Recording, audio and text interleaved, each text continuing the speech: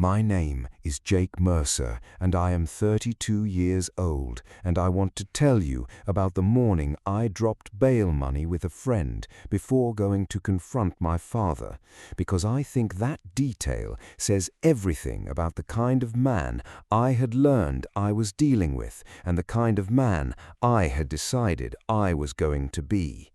But before I get to that morning, let me give you one example, just one, of the kind of household I grew up in, so you understand the soil this story grew from. I was 24 years old, working long shifts, and my only transportation was a motorcycle. One evening, coming home from work, my chain broke about 20 miles from home in the middle of nowhere. Two friends who had trucks were out of town, so I called my father. I told him what happened and where I was. He said there was nothing he needed from that side of town, so he was not coming. I want you to hear that clearly. His son was stranded alone on a dark road 20 miles from home, and his response was a logistics assessment of whether the trip was worth his time. It was not. So I built a small fire, rigged my rain gear into a mini shelter, and waited until my friend got back at 10 the next morning. I am telling you this not for sympathy, because honestly it was not the worst night, and I have had worse since. I am telling you this because it is the clearest single example I have of the way my father calculated his relationship with me, which was cost versus benefit, with the scale always tipped toward his convenience and never toward mine. Please hit like and subscribe before we go further. Drop your city in the comments. I love knowing where you are. Now let me tell you about the day it finally ended. My father and stepmother are both heavy drinkers. I do not say that as a side detail. I say it because it is the operating system of their household, and everything that happens there runs on it. Every single evening follows the same script. They get home, they drink, my stepmother gets upset about something, anything, it does not matter what. I have watched her get genuinely angry at my father for opening a 5th beer while she was on her 12th. She storms off to bed, then she gets up every 30 to 45 minutes to do what I can only describe as mad laps, slow circuits around the house to make sure everyone present understands she is still angry. It does not matter who is there or what is happening, the laps happen. When I moved out, the script did not change, I just stopped being an audience for it. But I kept trying. I invited my father fishing. I invited him to dinner. I asked him to come to my house. He never came, not once. The excuses were so detached from reality that I would have laughed if they had not belonged to my actual father.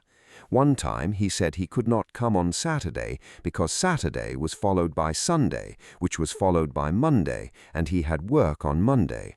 I work a minimum of 84 hours a week. He works 5 to 1, Monday through Friday.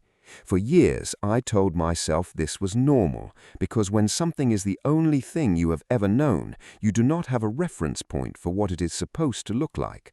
I found out embarrassingly recently, at 32 years old, that it was not normal, that what I had been folding in and calling family was something else entirely. My fiancé is the reason I kept going to my father's house after I understood all of this.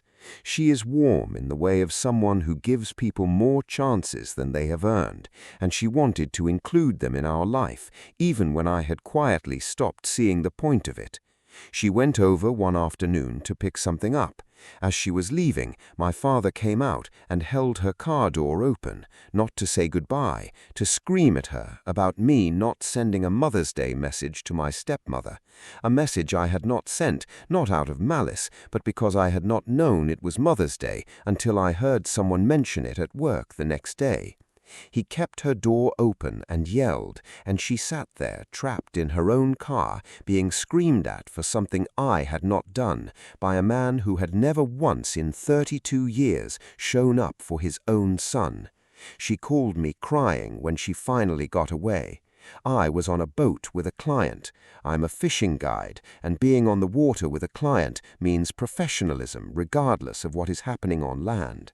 I told her, do not respond, do not react, I will handle it. I stayed calm for the remainder of that trip with my stomach doing what stomachs do when someone you love has been hurt and you cannot do anything about it yet. That night, my father sent drunk texts about stuff we had stored at his house, which was nothing, and about $2,000 he had been planning to give us for the wedding, which compared to the total cost was almost an insult, and about how that money was not coming anymore. I read every message. I did not reply to any of them. I went to sleep, and in the morning I handled it. I dropped the boat at a friend's house first. Then I gave him my card with enough money on it for bail, not because I was planning to do anything that would require it, because I knew my father, and I knew myself, and I knew how far I was willing to go to protect my fiancé, and I wanted to be responsible about that knowledge, rather than pretend it did not exist. Then I drove to his house. I walked in expecting whatever was coming, fully prepared for any version of it. What I found was both of them fake cheerful, smiling, acting like the previous day had not happened, like my fiancé had not been held at her car door and screamed at, like the drunk texts had not been sent. The cheerfulness of people who have done something wrong and have decided that if they perform normal hard enough, it will retroactively become normal. I did not match the cheerfulness. I did not yell. I did not need the bail money. I stood there and I said calmly the thing I had decided to say on the drive over. I said, I do not care how angry you are. You cannot talk to her like that. She is the only reason I have been coming here anymore, and you just killed that.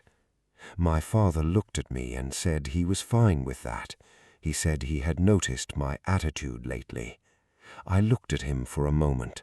I thought about the motorcycle on the dark road. I thought about the Saturday that was followed by Sunday, that was followed by Monday. I thought about every fishing trip he never took, and every dinner he never came to, and every invitation he answered with an excuse. And then I walked out. I did not slam the door. Some exits do not require noise. He sent me one message a few days later saying he wanted to talk. I did not respond, not because I had nothing to say, because I had already said the only thing that mattered, and responding to that message would have suggested there was something left to negotiate, and there was not. My fiancée feels guilty. She feels like she had something to do with me going no contact, and nothing I say fully reaches that guilt, because she is the kind of person who absorbs the weight of situations that were never hers to carry. I want to say something clearly for her and for anyone listening who has ever been in her position. She did nothing wrong. She was screamed at through a car window for a text she never sent by a man whose son she had been visiting out of generosity and love when she had every reason not to.